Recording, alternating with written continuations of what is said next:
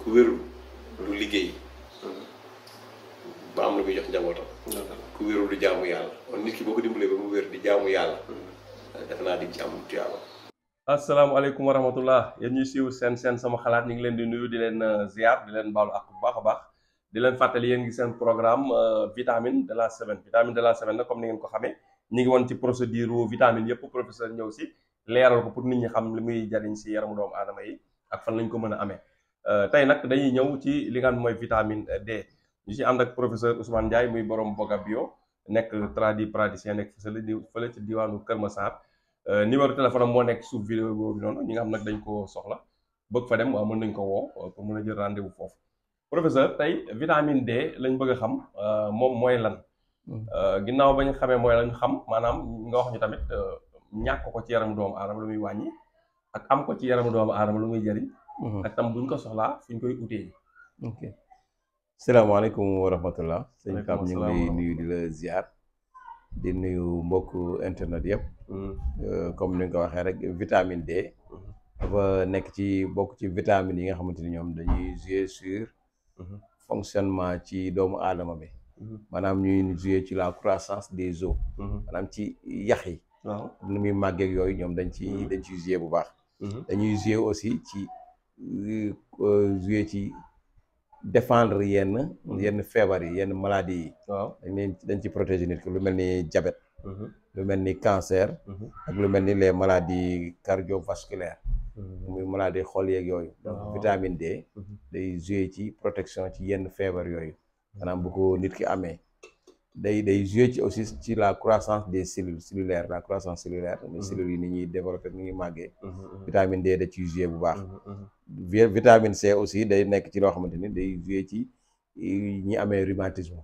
feebar yooyu tamit donc moom day développer ci côté boobu donc day protéger les tissus osseuses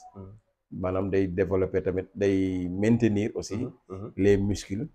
ak nerfs yi tamit da ciy jouer day sàmm yax yi di sàmm sidit yi waaw kay sidit yi donc gis nga yooyu yëpp da ciy jouer la santé des os ci yax yi da ciy jouer aussi ci bëñ yi aussi daf ciy jouer donc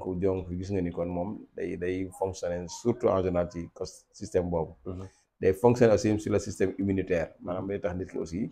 mën a yaramam mën a défendre yenn feebar yi ba nga xamante ne am ay soldats daal maanaam ni nga ko mën a waxee donc yooyu daal en général mooy yi nga xamante ni moom vitamine D day jouer rôle boobu ci organisme maanaam ci wàllu loolu la pour muy indi si yaramu doomu aadama waa kay d'accord léegi ci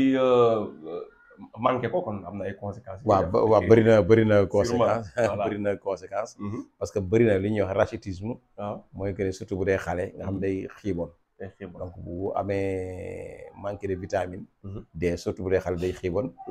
wala ñoo xamante ne dañu am ay crampe yu bëri quoi des maux de crampe wala ñoo amee ay maux de musculaire ay tànk yi di metti muscles yi ak yu demee noonu ak ay fracture ay damm-damm wala damm yomb leen nga xam ne li ñuy damm dafa bari daal waaw am na ñoo xam ne damm dafa leen a yàpp genre yooyu dañuy fekk day manqué vitamine D yax yi du dëgër day tax ba tamit ko waxoon nañ ne day maintenir moom sur la croissance des os mën a dem ba day déformer tànk xale bi exemple mu nekk day tànk des jambes arquées muy rinki bu dee xale surtout day rinki tànk yi mooy tànk X wala Z waaw gis nga day dëng quoi day dëng def nii waaw jëm si biti wala jëm si biir waaw kay c'est vrai parce que yax yi dëgërul ok léegi boo defee nag loolu mën na manque formation boobu mën na ko indi ba nga xamante ne xale bi day rink lu ci bëri donc wala mu am la déformation des os aussi yax yi déformé wu carrément donc yooyu da koy indi donc day indi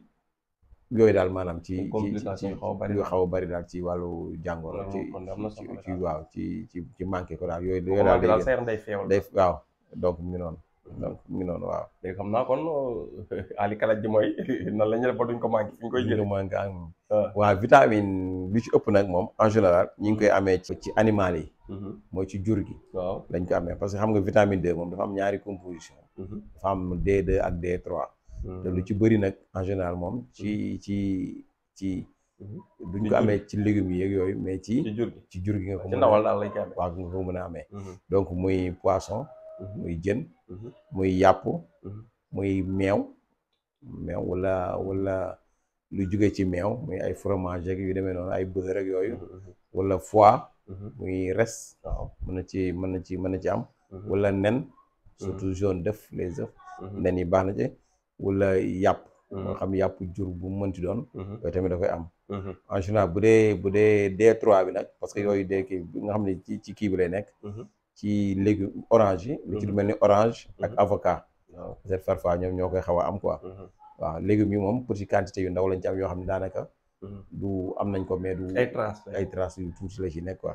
mais orange daal moo ko ci ëppale ak avocat surtout avocat donc yooyu ñoo am vitamine D foofu ko mën a amee d'accord wala nga amee ko ci ay compléments alimentaires mooy ñi nga xam ne dañuy jaay ay vitamines waaw yi ñuy jaay waaw yi jaay defar di ko jaay defar di ko waa kay yooyu tamit am na ay vitamine D mën nga ko amee foofu d'accord mais damay dégg souvent tam ñaan vitamine D day am ci naaj bi waaw en soleil fa lañ koy jëlee aussi